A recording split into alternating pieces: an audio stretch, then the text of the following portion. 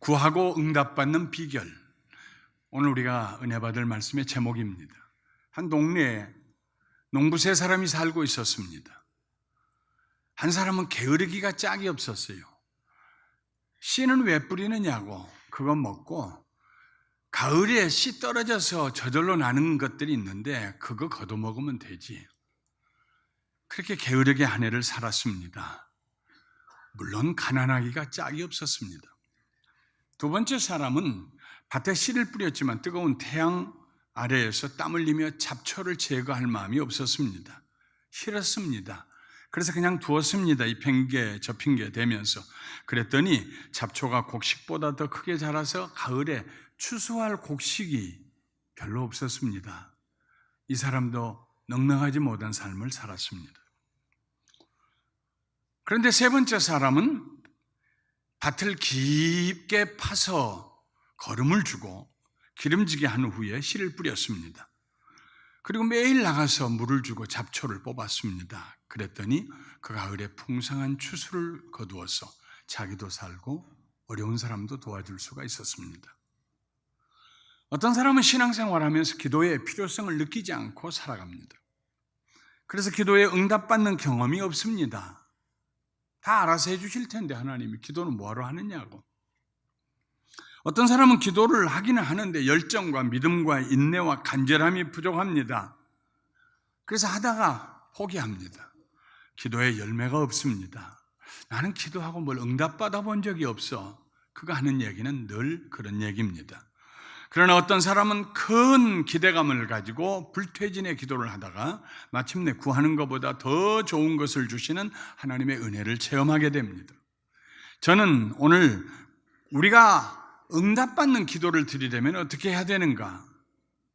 세 가지 비결을 말씀드리려고 합니다.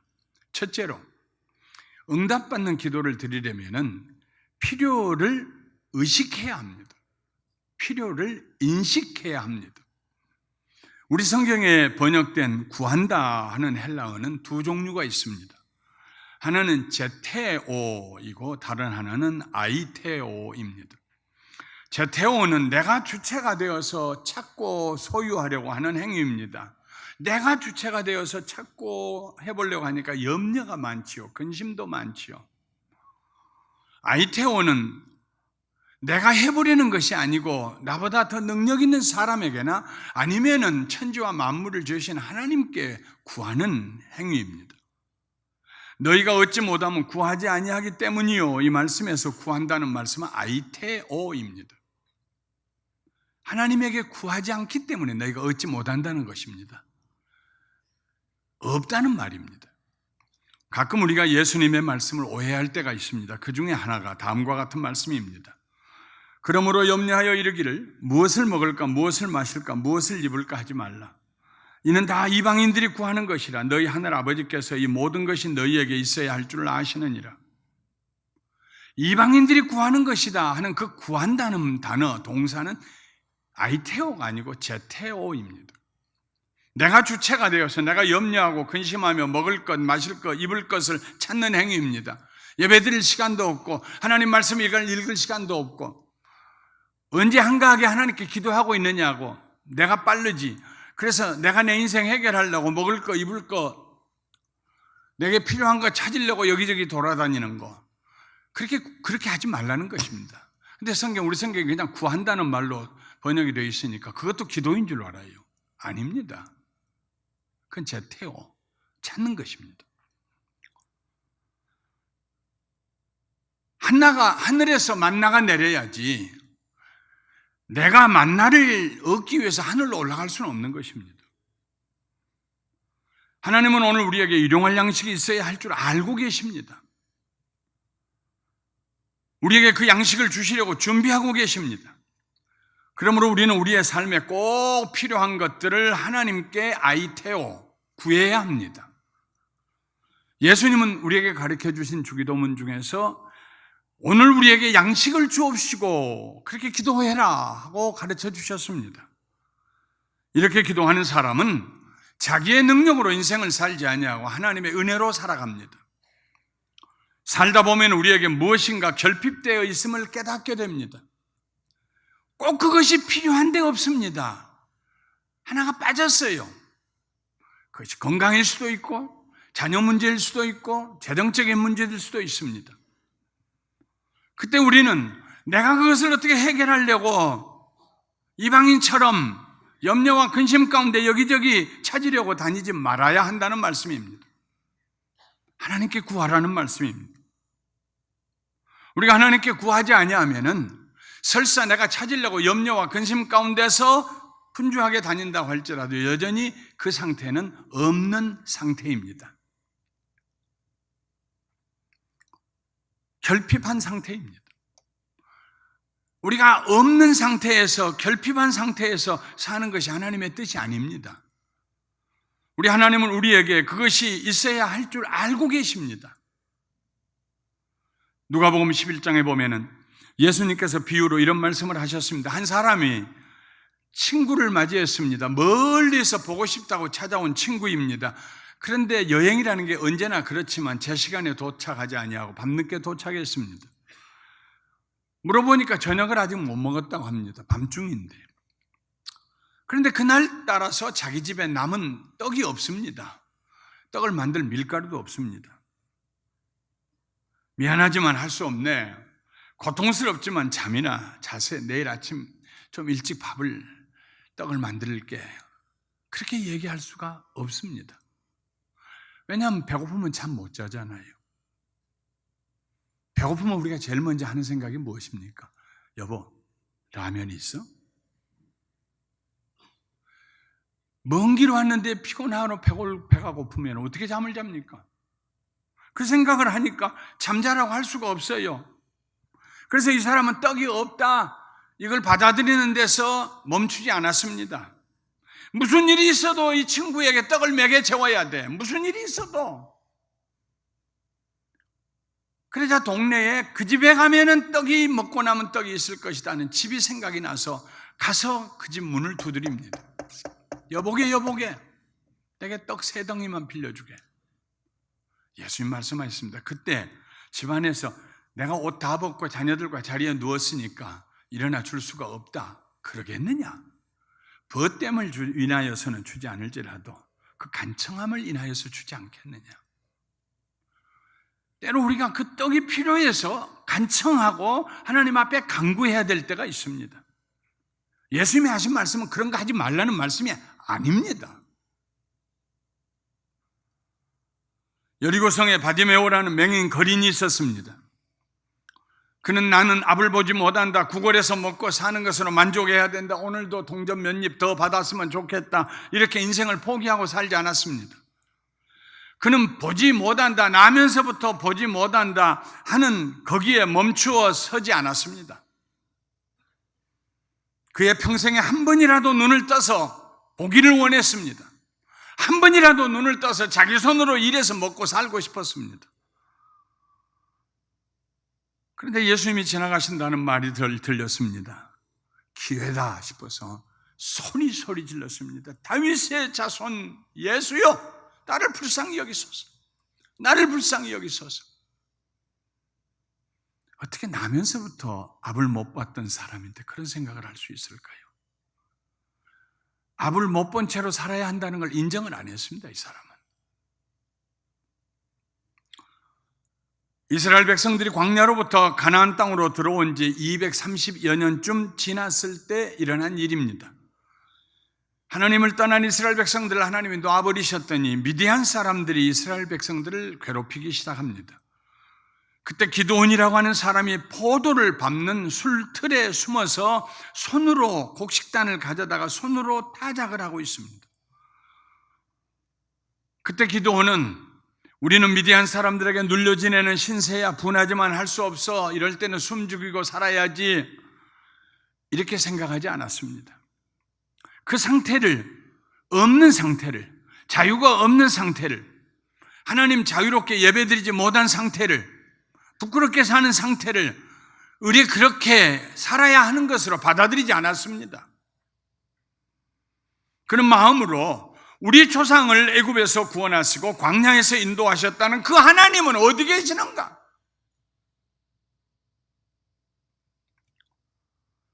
마음으로 부르짖었습니다.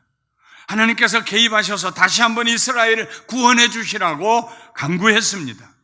그러자 하나님께서 천사를 기드온에게 보내시고 그를 사용해서 이스라엘 백성들을 미디안의 손에서 구원해 내십니다. 절망을 받아들이고 타고난 것처럼 받아들이고 거기서 벗어날 생각하지 않는 사람에게는 천사가 찾아올 수 없습니다. 없다, 안 된다, 못한다에 머물러 있으면 아무도 도와줄 수가 없습니다. 나라님도 도와줄 수가 없습니다. 그 사람은 평생을 없는 상태로 살아갈 것입니다. 왜 그럴까요? 그가 하나님께 구하지 않았기 때문입니다. 하나님께 구하고 응답받는 비결은 없는 이 상태가 내게 자연스러운 것이 될 수가 없다. 하나님이 내 아버지신데 내가 없는 상태에서, 무너진 상태에서, 부끄러운 상태에서 이렇게 사는 것을 하나님이 원치 아니하신다. 이런 믿음을 가지고 두 손 높이 들고 내 아버지여, 나를 일으켜 주세요, 채워주세요, 새롭게 해주세요. 자기의 필요를 인식하고 그 필요를 하나님 앞에 내놓을 때 하나님 앞에 우리의 기도가 응답이 되는 줄 믿습니다. 둘째로, 간절히 구해야 합니다. 기도도요, 열이, 뜨거운 열이 몇 도이냐를 우리가 보는 것처럼 달라요. 간절히 구하는 기도가 있고 대충 하는 기도가 있어요. 우리가 말하기 좋죠. 아유, 하나님 모든 거 다 하시는데 말 그렇게 많이 해야 합니까? 그죠? 한마디 하고 지나가면 하나님 알아서 하시겠죠. 정말 믿음이 있어서 그럴까요? 정말 믿음 있는 사람은요, 간절히 기도합니다. 무엇이 우리에게 필요한지 알았으면 우리는 하나님께 간절히 구해야 합니다. 간절히 간구하고 기도하는 사람은 자세가 다릅니다. 먼저 그들이 하나님의 살아계심을 확신합니다. 믿습니다. 하나님은 이스라엘 백성들에게 나는 스스로 있는 자라고 자신을 소개하셨습니다. 있는 자다. 무슨 말인지 알겠니? 나 여기 있어. I am. Here I am. 나 여기 있어. 이스라엘 백성들이 알기를 원하시는 거, 하나님이 그들이 알고 가슴에다 간직하기를 원하시는 것이 뭐였느냐면 하나님이 계신다. 여기 계신다. 살아계신다. 그걸 알기를 하나님이 원하셨습니다. 하나님이 여기 계신다는 믿음을 가질 때 우리가 드리는 기도를 하나님께서 응답해 주십니다. 다윗이 노래했던 것처럼 우리도 여호와여 내 혀의 말을 알지 못하시는 것이 하나도 없으시니다 하고 고백할 수 있어야 합니다. 때로는 우리들이 앞뒤가 맞지 않는 기도를 드릴 때도 있습니다. 기도하다 좋을 때도 있습니다. 기도하다 다른 생각할 때도 있습니다. 그러나 한 가지 분명한 것은 하나님이 여기 계십니다. 내 곁에. 다 들으셨지요? 다 못했어도 아시죠? 하나님. 인티마시, 친밀함.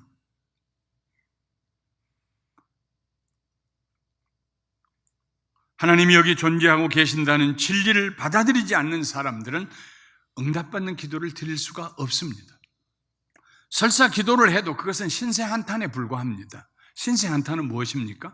사람들이 들어주지 않든지 간에 자기 혼자 넋두리 하는 것을 신세 한탄한다고 합니다. 하나님이 여기 계신다고 믿는 사람은 신세 한탄할 수가 없어요. 인격적으로 구합니다.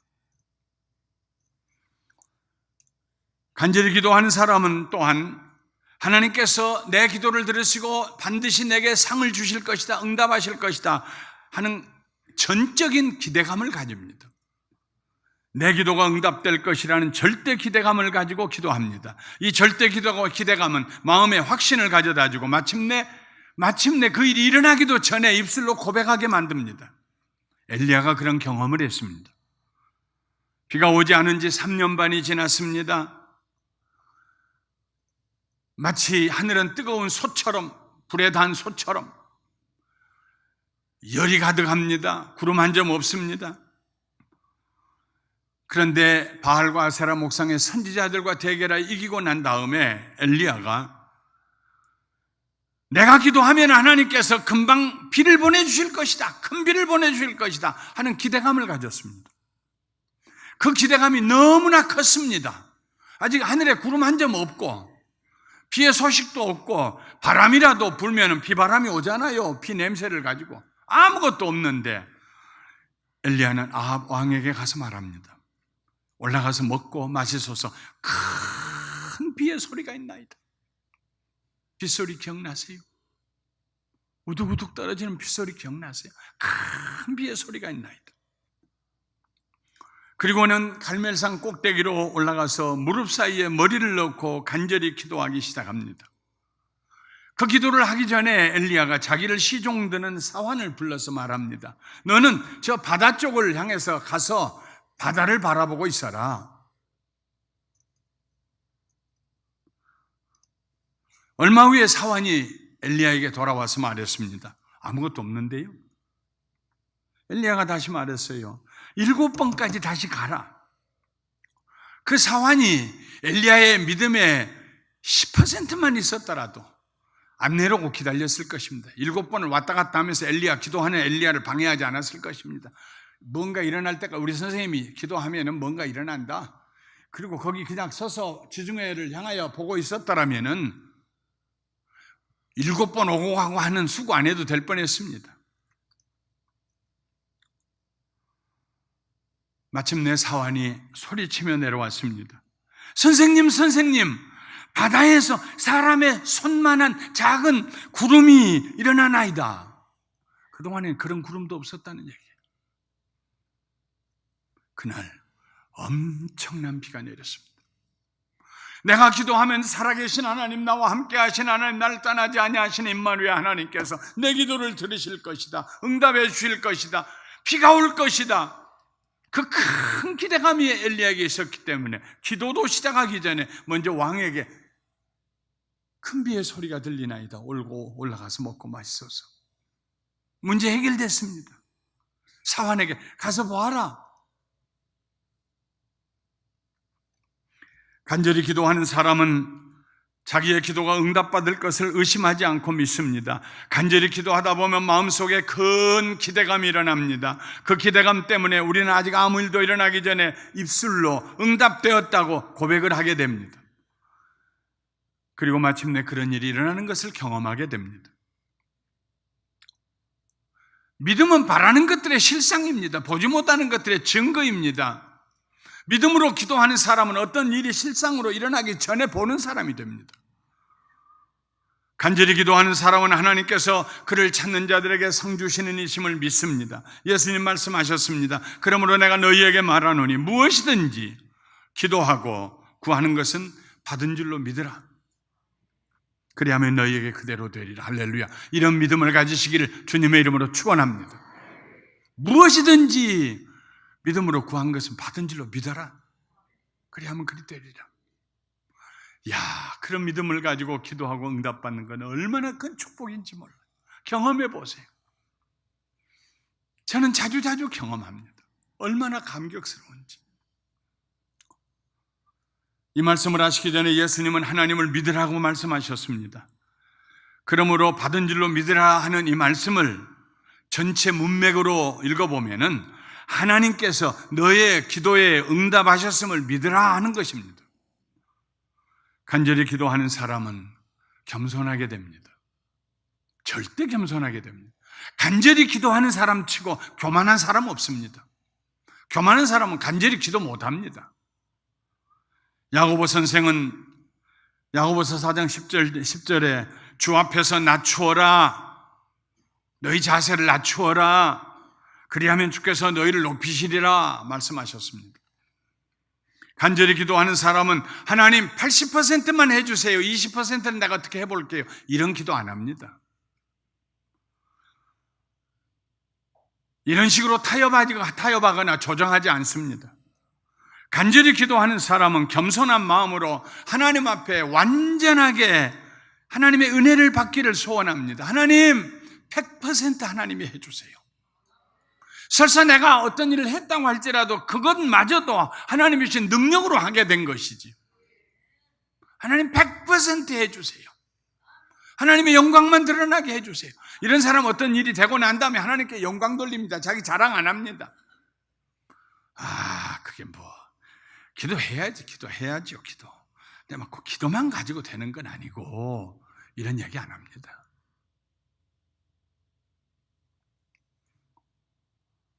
응답받는 기도를 하려면 자기의 필요가 무엇인가를 구체적으로 인식해야 됩니다. 응답받는 기도를 하려면 하나님의 살아계심을 믿고 큰 상을 주실 것이라는 기대감을 가지고 철저히 낮아지는 겸손함 가운데 간절히 기도해야 돼요. 창자가 끊어지는 그런 느낌으로 기도해야 돼요.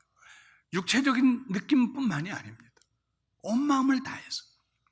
셋째로, 응답받는 기도를 하려면 동기를 검토해야 합니다. 우리의 간구하는 기도의 동기가 쾌락에 있어서는 안 됩니다. 정욕에 있어서는 안 됩니다. 구하여도 받지 못하면 정욕으로 쓰려고 잘못 구하기 때문이라고 3절에 말씀했습니다. 우리 자신의 쾌락을 위해서 사용하려고 무엇을 구하지 말라는 것입니다. 쾌락을 위해서 사용한다는 말은, 정욕으로 쓰려고 한다는 말은 다른 말로 하면 낭비한다는 말입니다. 우리 하나님께서 가장 싫어하시는 일 중에 하나가 낭비입니다. 예수님께서도 보리떡 5개와 물고기 2마리로 5,000명을 먹이시고 아이들까지 10,000여 명 이상을 먹이시고, 그리고 남은 거 버리지 말고 거두어라 말씀하셨어요. 12강줄이 거두었습니다.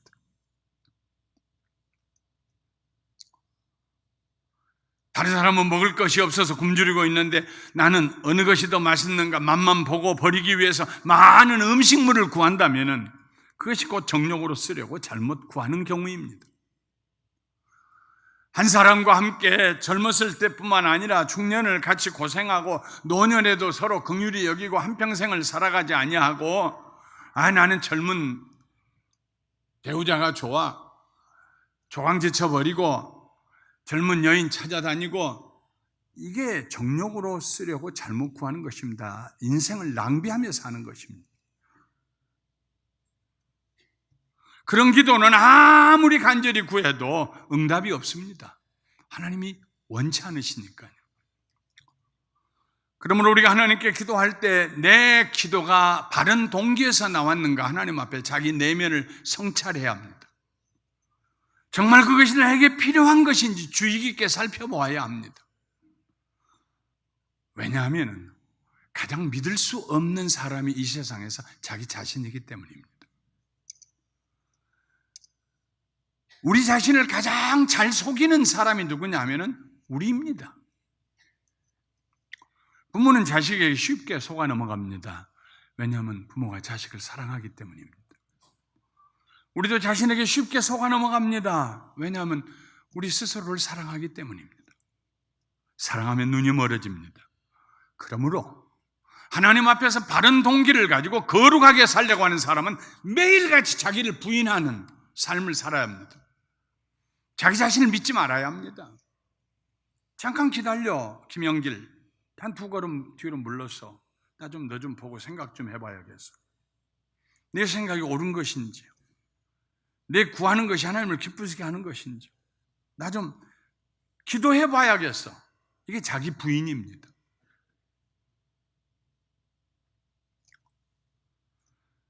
자기를 부인하는데 자기 능력으로 불가능합니다. 성령님의 도우심이 필요합니다. 분별력을 주시라고 구해야 합니다. 기도하다 성령님께서 아니다 하고 말씀하시면 더 이상 성령님과 말씨름하는 것을 멈춰야 합니다. 변명하고 성령님 설득시키려고 하지 않아야 합니다. 그래요, 성령님? 알겠습니다. 거기서 더 나아가면 수고만 많이 하고 아무것도 얻지 못하게 될 것입니다. 그래서 야고보 선생님은 이렇게 말했습니다. 2절에 너희는 욕심을 내어도 얻지 못하여 살인하며 시기하여도 능히 취하지 못함으로 다투고 싸우는도다. 마음에 욕심이 가득한데 채워지지 않아요. 욕심은 절대로 채워지는 법이 없습니다. 욕심이 다 채워지는 사람 이 세상에 아무도 없습니다. 욕심은 밑빠진 독입니다. 그래서 다른 사람의 것을 억지로 뺏으려고 하다가 안 되면 살인하게 됩니다. 그런가 하면 다른 사람이 나보다 더 잘 사는 것을 보고 마음에 시기와 질투가 일어나는 사람도 있습니다. 그런데 아무리 해서도 그 사람을 도저히 따라잡을 수가 없습니다. 어떤 때는 또 따라잡은 뒤에도 여전히 자기가 그 사람 뒤에 쳐져 있다고 열등의식에 사로잡혀 살 때가 있습니다. 도저히 그 사람을 따라잡을 수가 없으니까 신경이 날카롭게 되어 사소한 일로 다투고 싸우게 됩니다. 동기가 잘못되어 있으면 언제나 다툼이 일어납니다. 오늘 읽었던 말씀의 1절에 너희 중에 싸움이 어디로부터 다툼이 어디로부터 나느냐, 너희 지체 중에서 싸우는 정욕으로부터 나는 것이 아니냐. 우리의 삶에 자꾸만 다툼이 일어나고 불편한 관계가 지속되고 있다면 한 번쯤 내가 구하는 동기를 살펴볼 필요가 있습니다. 내가 무엇을 원하는가? 왜 원하는가? 혹시 내 속에 욕심과 시기 질투가 자리 잡고 있지 않는지 살펴보아야 합니다. 욕심과 시기의 동기로 드리는 기도에는 절대로 응답이 오지 않습니다. 어떻게 하면 바른 동기를 가질 수 있을까요? 동기를 바르게 하는 길은 하나님의 나라와 그의 의의를 찾는 데 있습니다. 성경에는 하나님의 나라와 그의 의의를 구하라고 되어 있는데 여기도 이 구하라는 말이 아이테오가 아니고 제테오입니다.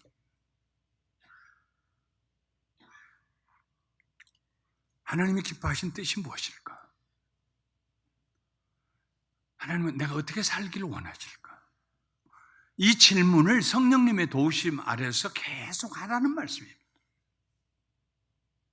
아무 일도 자기는 안 하면서 하나님, 하나님의 나라가 이루기를 원합니다. 하나님, 하나님의 의의가 나타나기를 원합니다. 그런다고 그래서 하나님의 나라와 의의가 이루어집니까? 그건 아이테오가 아닙니다. 제테오입니다. 우리가 해야 할 일입니다. 하나님의 기뻐하시는 일이 무엇일까? 하나님의 선하신 뜻이 무엇일까? 어떻게 살면 결국은 살고 한 평도 안 되는 곳에 묻힐 텐데 어떻게 살면 하나님 앞에 훗날 칭찬받는 삶을 살 수 있을까? 그런 동기를 가지고 하나님 앞에서 찾고 또 찾으며 보석을 찾으려는 마음같이 그렇게 살아가다 보면 우리의 동기는 점점 순수하게 되고 우리의 삶은 아름답게 되고 그리고 우리의 기도는 하나님 마음에 합당한 기도가 될 것이고 결과적으로 우리의 기도는 응답을 받게 될 것입니다. 말씀을 마치겠습니다. 오늘 저는 여러분들과 함께 모든 성도들이 응답받을 수 있는 기도의 3단계를 말씀드렸습니다.